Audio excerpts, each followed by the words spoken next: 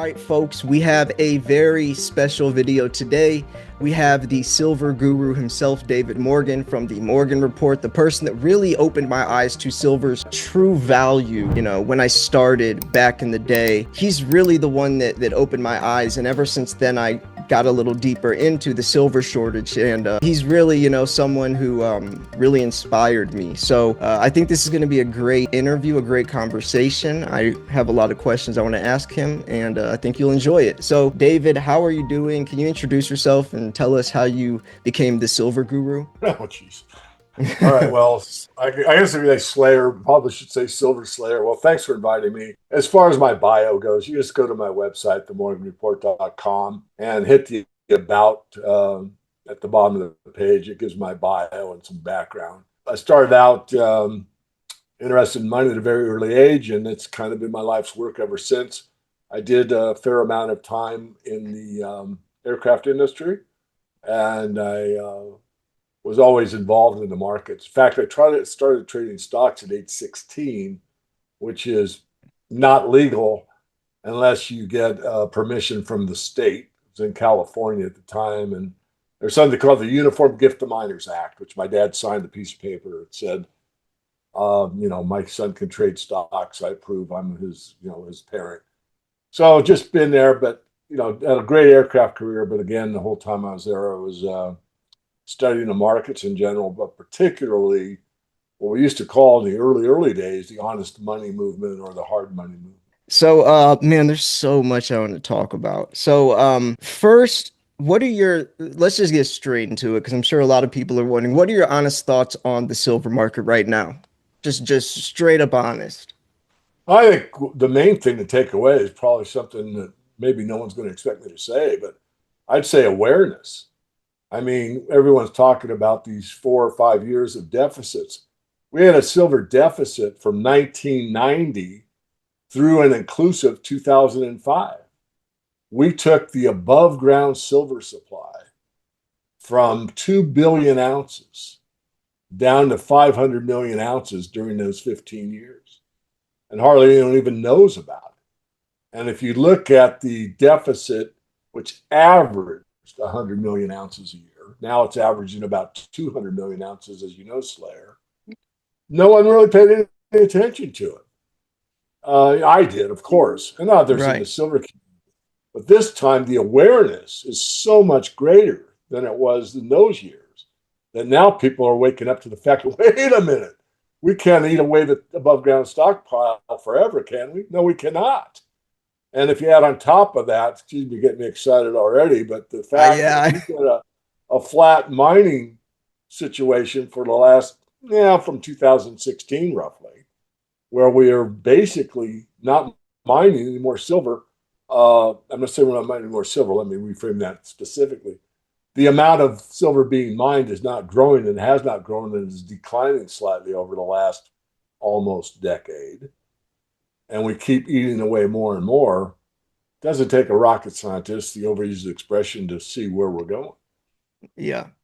Wow, every man, I'm sure my viewers hearing you talk, they see why, I love your work because like this is exactly what I talk about. This I always when people would ask when I thought silver would like explode, I always said by the year 2025 to 2026. I've been saying this since like 2019 because back then you could still sweep the silver shortage under the rug, but by now we will be large, big enough in a deficit. We would be advanced enough in like the new green era where you can't hide it and everyone would know about it like you were just saying. And I was spot on. Like silver, is finally doing this, and it is awareness. Like people like you or Keith Newmeyer or myself, like we were really the only ones saying it. A lot of people were also trying to contradict us saying, oh, there's plenty of above ground silver. It's like, are you sure? Like ore grades are down, mining supplies down, demand is, booming over the next, few years as we advance digitally and, technologically. And not only that, a lot of mines are getting shut down. And you could just see how all of this is kind of like all the stars are aligning for silver's importance for on a global scale to finally be in the light. So yeah. So what's your forecast in like the next like 5 to 10 years? What do you see silver doing? Like how are you one of those guys that say, that it could be, hundreds of dollars, or are you more, on the conservative side? Well, you can vote, whatever my number is, if it's conservative or not. But back when I wrote Get the Skinny on Silver Investing in the early 2000s, I wrote in print $100 silver. I saw that. And, it took a lot of guts to have a triple digit silver price back when that book was written, when we're still, maybe in the fives to 10 region, right? But I will hold that. And I know we talked off air, but not for very long. And I know you did a poll, which we're going to get to later Yeah. in this discussion about, who thinks silver is going to go where. I was asked on a recent interview, and the guy put me on the spot. Well, I forget the exact conversation, but put me on the spot. So, wait, Mr. Guru, which that's tongue in cheek, by the way, but the $100 silver price, when's it going to happen? And I forget, it kind of forced me into, so it gave me till 2026, I guess. I said, well, it will happen by December 2026. So I guess I'm in the camp of, there were certain parameters. I couldn't, I said, well, in the next 10 years. So anyway, I have said it would be 107 in by December 2026. So what, that's a year and a few more months, October, That's November, December. yeah. And the craziest thing is that is kind of conservative, to be honest. Like silver is like $80, 120 something in China right now. But regardless, like with silver breaking past 50, now, the sky's the limit. There's really not much resistance for it to, go higher, especially now with all the hype and what's happening with the COMEX and the LBMA. I don't think that's that crazy to say. And the poll you're talking about, so I asked 10 days ago, I asked, when will silver hit $100? 3.9 thousand votes. 3.9 thousand votes. So you get a pretty good idea of like what the average person thinks. I had four categories. One was less than 6 months, two was around a year, three was 2+ years, and four was never. The number one category out of 3.9 thousand people is less than 6 months, 55%. And then 26% say around a year, 2+ years is 14%, and never is 5%. So I think that's very, very telling, what people think. Um, I mean, I want to granted, interject. Yeah, I don't want to yeah, cut you off, but I do want to interject something. yeah. There's a book called The Wisdom of Crowds. And in that book, you'll find that even, let's say, people that aren't well studied in a certain topic, in a crowd environment, they usually get it right. And Mm, again, hence the name of the book, The Wisdom of Crowds. So based on that and what I, reading into that book, um, you're looking at what, 55, and what was the other number? 26. So 75% are saying about a year or less. yep. And so if you go on that basis, doesn't guarantee anything, but it really does kind of revivify my thought of, a year, 3 months away, we could be getting there. Might get there sooner. I really don't want to see it get to 106 months, and here's why. Exactly. It's too It, fast. yeah, if it goes parabolic, then we're going to have to maybe get out. I don't want to get out for fiat, do you? No. Why And would I you know, sell your real money back to fake money? yeah. So what do we do? And unless the stock market's way down, which I'm not a big fan of the stock market, as you know, but there's always values there. So there might be a lower stock market, lower real estate prices, lower, businesses. I'm not a bond guy, but where do you go? So I would like to see it just stair step up, where it hits 50, maybe struggles there for a while, which is my latest forecast just for you and your viewers. Doesn't mean I'm right. I've been right more than wrong, but all you need is one crap, and all the attaboys go away. I learned that a long time ago, and you know what? No one's perfect. But anyway, I'll take the hits along with the glory. Point being is that we may hit 50 and struggle there, build a base, and then we move off of that base. and build another base and move up from there and build another base. And that's called stair stepping up. And that's the best way to get a really solid market under us. Because Yeah. every level, whether it's 60, 70, 80, 90, I'm just making a hypothetical, but as those bases are built, you have strength in the market. Yeah. Price Whereas you just, stability. that's right. If you just go straight up, you're in a situation. I don't care if it's soybean oil, cattle, or cotton. You show or stock. You show me a parabolic curve. I don't care what the name of it is. I'll tell you what's going to happen. It's going to come down quickly because Look there's at Bitcoin. Bitcoin in 2016, it went from like $800 to like $16,000. And then it was such a parabolic move. It took years upon years for Bitcoin to recover. I always say, you want a gradual approach. Because if it goes up, up, up, it's going to go down, down, down. And that's what was really scaring me when I was watching silver breaking these records. I was telling my audience, like, this is cool and all, but there's going to be a big correction, and that's exactly what happened. And now people are worried, but it's like this was, I say a correction is the correct thing for it to do. You need those pullbacks. But one of my viewers texted me yesterday, and he was a little worried. He's like, "What's happening with silver? Like, what's going on?" So I gave him a pretty in-depth, honest reply, and this is what I said. I think this is the bottom of a much needed correction from how fast it rallied without any resistance. It's been stable here, holding its ground. So I think this is going to sit around 50 for a bit, then slowly climb to 60s, 70s over the next coming months. That rally was way too fast and went into extreme overbought territory. So the pullback was more harsh than if it was a gradual upward approach. It can't go much lower, if at all, since the LBMA and COMEX are already bled dry with no physical silver available. They are holding on for dear life not to collapse, which is how the prices are manipulated. COMEX frantically shipping silver over to the LBMA to keep them afloat. Silver price is 80 to 100 in China, exposing the West shenanigans. It will come down crashing sooner or later. Regardless of all that, silver is stabilizing higher, meaning that the days of $35 silver are long gone, in my opinion. I doubt even low 40s, but who knows? The price pullback because 2 days ago, Trump announced the peaceful trade deal with China, which eased people's minds, and now the Bitcoin bros are panic selling at a massive loss. So, you know, I don't know. That's kind of what I was saying. And now things have calmed down, and we're at a base price. So, buy the dip. That's my thought on kind of what's going on. So, well, I think you did an excellent job. I'll edit it a little bit, and this isn't to beat you up. I mean, I think first of all, I think you hit it pretty much, nailed it.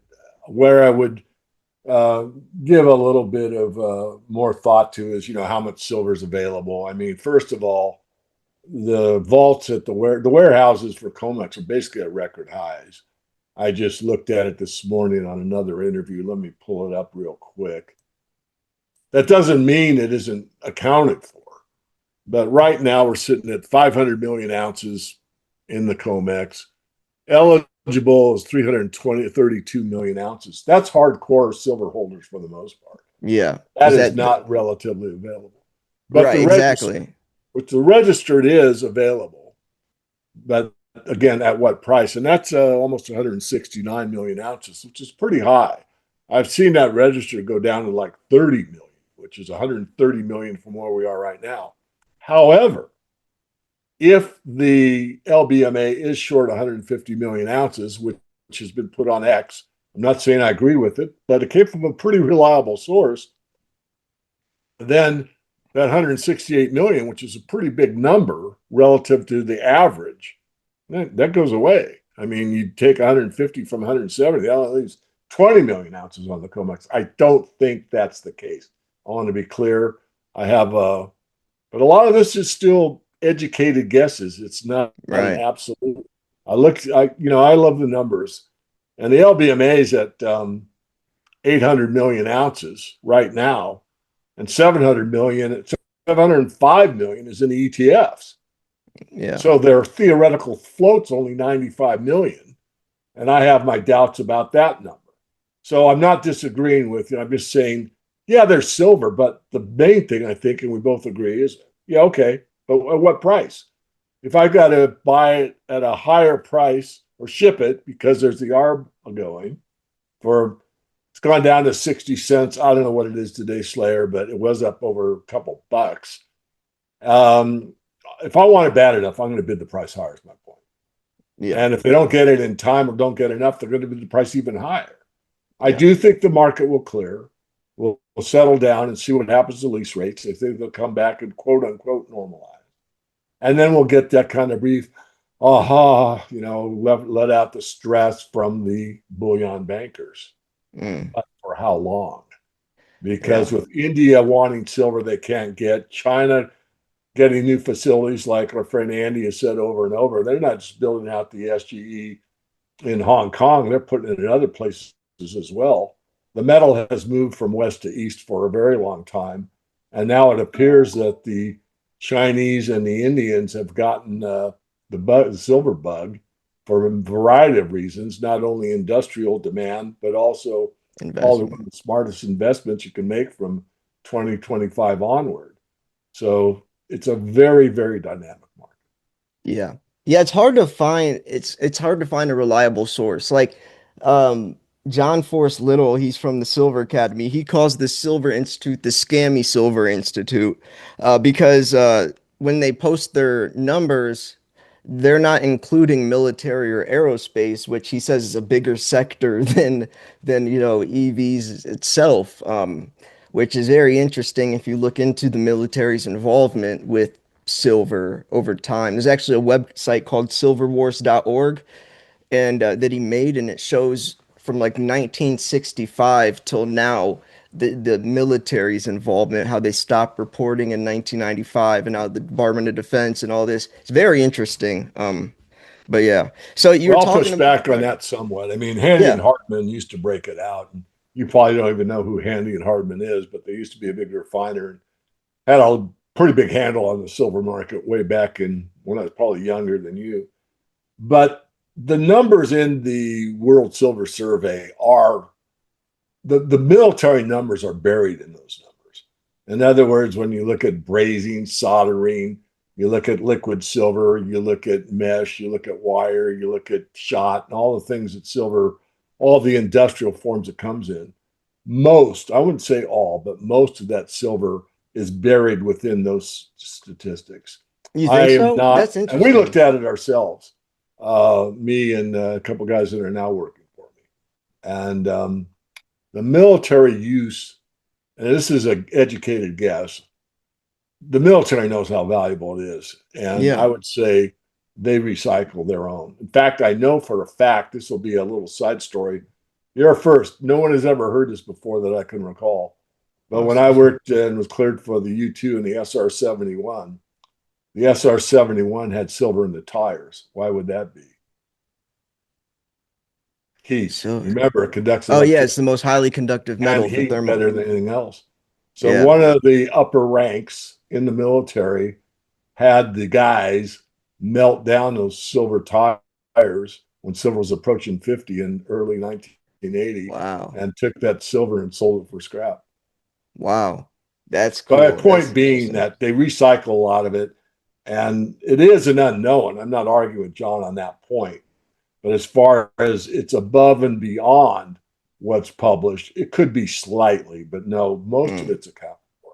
I don't have a okay. big axe to grind with either CPM or the Silver Institute. The Silver Institute does go backwards and adjust their numbers on solar, Yeah. and they do get, for the most part, the numbers corrected. And I'm not going to beat anybody up. I mean, the other thing is if you cite sources, who are you going to cite? You're going to make them up. I mean, God bless Ted Butler, but That's honestly, at that times was he just made up numbers. And that was I hate to say literally, that, but yeah. a fact's a fact. And again, Ted taught me a lot and loved the man and all that. But and I'm not saying Silver is perfect or CPM, but what else are you going to go by? Are you going to go by, well, it's this much because upon high I say so? Mr. Morgan has not done that. I might not have the right number, but I can cite the number I use. Hmm. That's interesting. Yeah, I'm glad that you're playing like devil's advocate a little bit on like the thing on a lot of the stuff that I cover. I think it's a lot more. It's just it's good to look at both sides of the coin, pun intended, and have like you know, a perspective, for a lot of this stuff. Because a lot of the stuff I do cover is what I'm saying, and that's they portray it as fact. But yeah, Ted Butler, I wanted to get your thoughts on him. Rest in peace, and but kind of already answered that. Were you good? Were you close to him? Not particularly. I was kind of found, I mean, you go back to the very beginning, whatever that means, like the year 2000 or 1999. Ted and I were, as far as I know, the only two writing about silver. There was a fair amount writing about gold, and it was kind of he and I that sort of, started the movement this time around. There were others in the 70s or 60s that did. And then I got a hold of him pretty early on, and there were some things I wasn't clear on. He was, patient and a good teacher, and I learned a little more about how to interpret the commitment of traders. But from my perspective, this is me. It's my interesting point of view. Ted was probably better than anyone Yeah, at looking at the paper markets. But there's more to silver than the paper markets. There's the fundamentals. There's everything I wrote about, get the skinny on silver investing. There's the equity side. There's the bullion banks, which he was familiar with.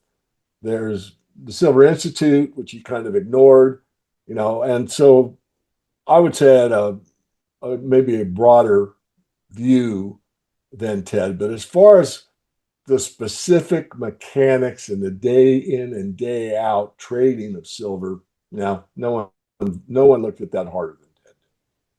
yeah. Yeah, his some of his stuff, man, he really, despised those people, calling them criminals and uh so there's a saying that I don't know if I got from you or someone else, but it's always stuck with me. And we're talking about the silver shortage, and the quote goes, "If you think we have enough silver to go green, you're living in la la land." I don't know where I got that. It was from some article. I don't know if you said that or have you ever heard that? Well, I wrote a couple articles about going all electric or going Yeah, solar, your letter to Elon. You wrote that letter to Elon. and it was like preposterous. We couldn't, with all the silver in the world now, if it was as efficient as it's ever been times two, it would suck all the silver that we have above ground now, and you might be able to power the United States residentially. But if you wanted to power the United States commercially, which is about twice as much electricity demand than the residentially.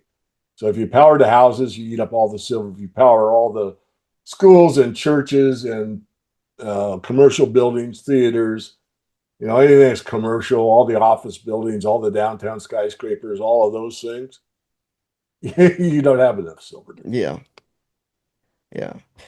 And I'm curious, like when, I mean, we mentioned it earlier, mo people are starting to realize this, but I wonder when it will be so severe that like you would almost, I don't know, it would like Elon Musk coming out, for example, saying like we have to, cut back the amount of Teslas we produce because we don't have enough silver. Like obviously, like that's an extreme case, but would it ever get to a point where it would start affecting that, or would it be more price, like the cost of production going up because silver's, so pricey? Um, Well, I think a I don't couple know. of things will happen, and this is a guess, again, educated guess. One is I think the recycling of silver will tighten up quite a bit. So we do get about 120 million ounces of silver annually from recycling. It could be much greater than that, as you said, and I've said many times, much silver gets put in the landfills. So I think that would be one place. The other one would be substitution, which there are very few substitutes for silver, but this Yeah. graphene situation can. It's more expensive to do, but depends on, price and economics as the graphene, molecule by molecule, atom by atom production gets more economic and it's conducting electricity as well as silver in some instances, you could see it being used. Hmm. And then, of course, I'm going to be funny here, and I have a very odd sense of humor. But if that meteorite appears silver Yeah, next to the Psych planet, 16. Do you watch my Yo, this is so crazy. I said there's four ways we can get silver. It's either mining innovation, recycling, taking it from us, or space mining, the final frontier, because there's that asteroid 16 Psyche has like trillions of dollars worth of precious metals on it, and NASA sent out a rover a couple years ago. That's so funny you said that. Yeah, yeah, that's funny. Do you remember the Executive Order 6814 by FDR in 1934? Uh, Most people know this Executive Order 6102, give us your gold or you're going to pay a $10,000 fine or 10 years imprisonment or both. But the next year, he did the same thing with everyone's silver. He confiscated everyone's silver, the Executive Order 6814. Do you think silver confiscation would be realistic in today's day and age? Yes and no. And what I mean by that is I don't think you could go through nationalization or pay you silver and get away with it now. Mm, However, and this is definitely outside the box, if it were me, if I was advising, or maybe there's someone in Washington District of Criminals that could think this way, if I needed it bad enough, here's what I do. You can sell your silver at spot plus $20, no taxes involved whatsoever at all, and bring it in. So in other words, all 999, maybe they'd restrict it to 999. So 100-ounce bars, kilo bars, 1 ounce wafers, bullion coins, anything that's 9995. Bring it in. We'll pay you at least spot or maybe above spot for the national strategic stockpile for the war effort, military use, no taxes whatsoever. And then I think they'd be able to get some. mm. But if they're going to come and grab it, no, it's not going to happen. Not in today's world. Yeah, I mean, yeah, if they're they would going to have grab to. it, let me just finish. If they're going to grab it, they'll steal it from the ETFs. They're not going to Mm, take it from you and I.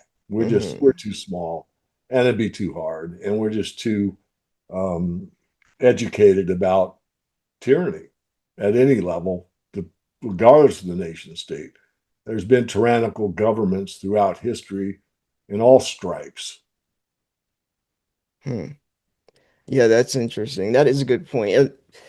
When I've talked about it in the past, they would be confiscating it for a completely different reason as they did back in the day. And now it would be more because we don't have enough, for technology. Back then, I don't think it was for that reason. More so, it was more like from the same aspect of gold, like a monetary.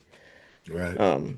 So someone asked a question for you. I made a post 8 days ago saying I'll be interviewing you. A whole bunch of people ask questions. This guy says, he says, ask him, the US government has already declared silver a critical mineral and it's undeniably important for their technology-driven industries, including semiconductors, renewable energy, and mostly important defense. Then why isn't the US actively buying silver compared to other countries, especially in Asia? There's massive investment demand in India, China, Russia, Japan, and the Middle Eastern markets. Could this mean that some kind of major manipulation by big players is waiting to unfold in the near future? Because when people form from large institutions like BlackRock, JP Morgan, Bloomberg, or CNBC start openly talking about stacking out on something, it often feels suspicious for retail investors since they might actually be taking the opposite position. And then he says, I wanted to add him from India. I absolutely loved listening to the silver guru David Morgan. Whenever I see an interview with him, I never skip because it always provides me something valuable, waiting for his documentary on silver as well. So, yeah, shout out to him. Yeah, well, he's almost there. The silver's been added to the critical minerals list, but it has not been voted on yet. So it's like it's a proposal. These minerals are on the list. We need to vote. With the government shutdown, the vote's been delayed. So there is no real impetus yet until it actually, you know, the vote is determined and it is or it isn't on the list. If it is on the list, then I say that there's very strong likelihood Mm, that the US government will go and buy physical silver and stockpile it, just like they did earlier. I mean, I wrote an article, I don't know if you saw it, Slayer, but I wrote an article on the Silver Eagle / Silver Liberty program that started in 1986 that all started by a senator that said, "Hey, what's all this silver doing in the strategic stockpile?" Look up that word. And now we don't need it anymore, just in time inventory. We've got 139 million ounces. Why don't we give it to the mint and let them make coins? And they passed a law, and that's how the Silver Eagle program came about.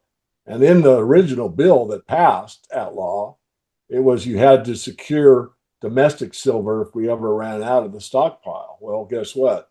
We did, and there wasn't enough silver mined in the United States to keep the program going. And so then they had to change it and say we could get source silver from wherever we Yep. needed to keep the Silver Eagle. Outsource. Yep. Yeah.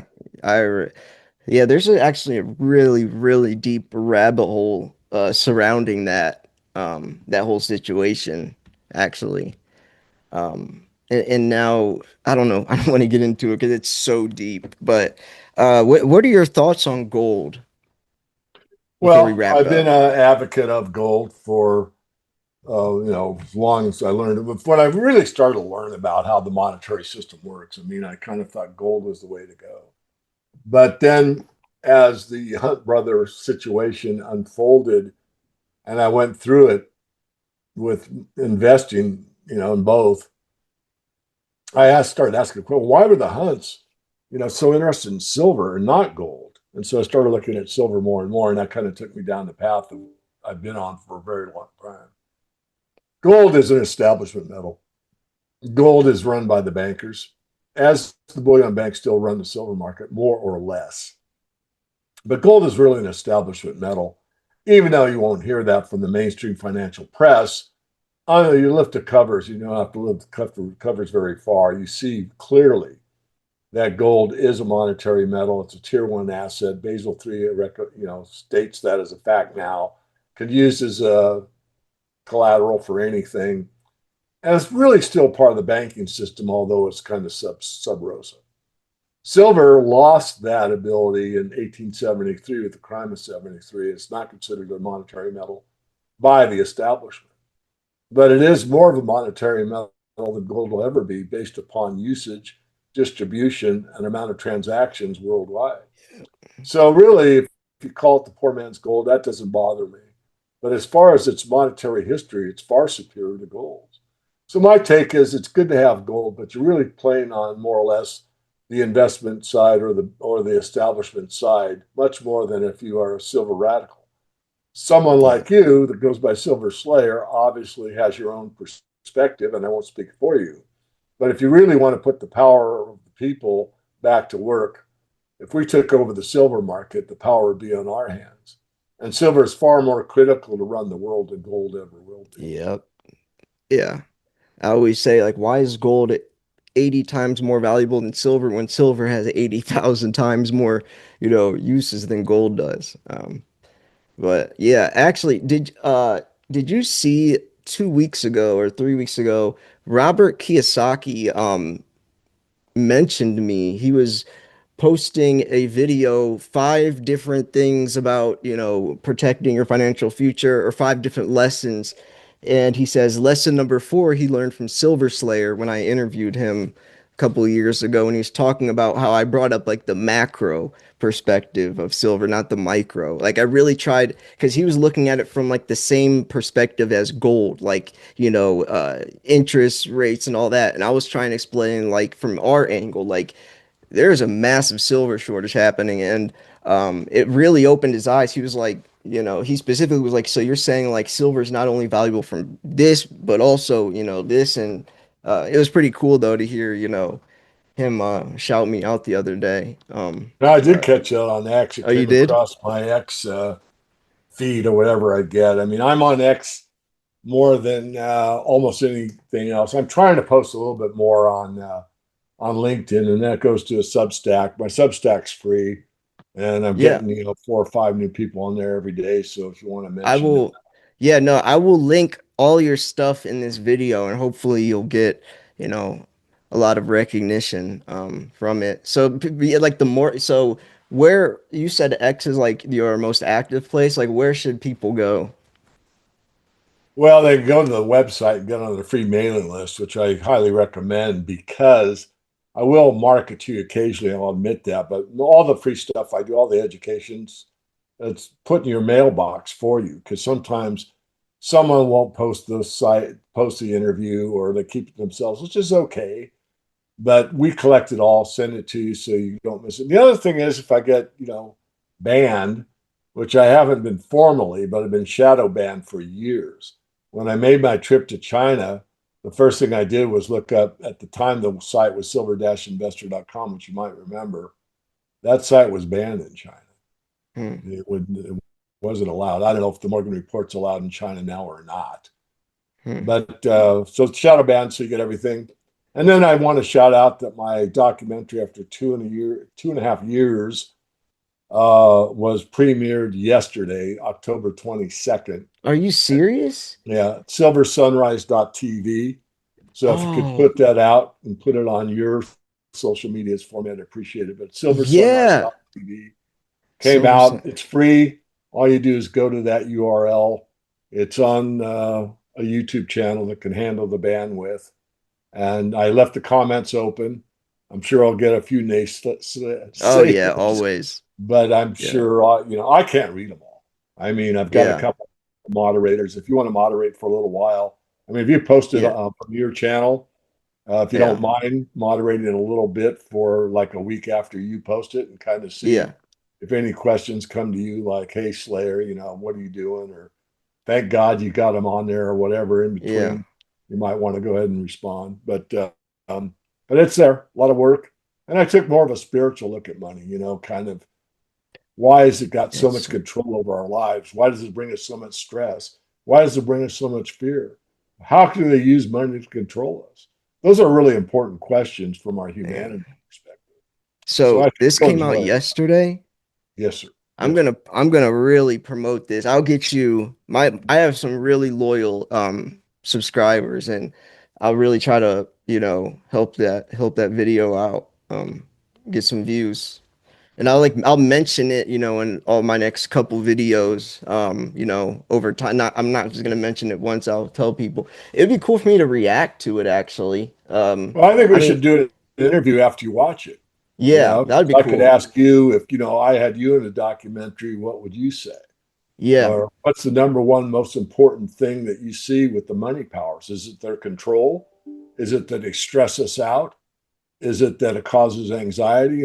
Those kind of questions. And, but you got to watch it first, maybe a couple yeah, times. So you got my personal information. Please don't give it yeah. out. I mean, No, I would my, never would. my, my public domain emails there. I don't have a problem with that. But, my personal stuff that you have, please leave it alone. But you could Yeah, get hold of me privately and let me know when you're ready to rip because, yeah, we need younger people and we need, all perspectives. I mean, there's yeah, people that hate me that bought silver at 35 and then to wait 10 years for it to get back to that price and sold it out, broke even, and now it's at 50 and they're still mad at me, So, yep. Yep.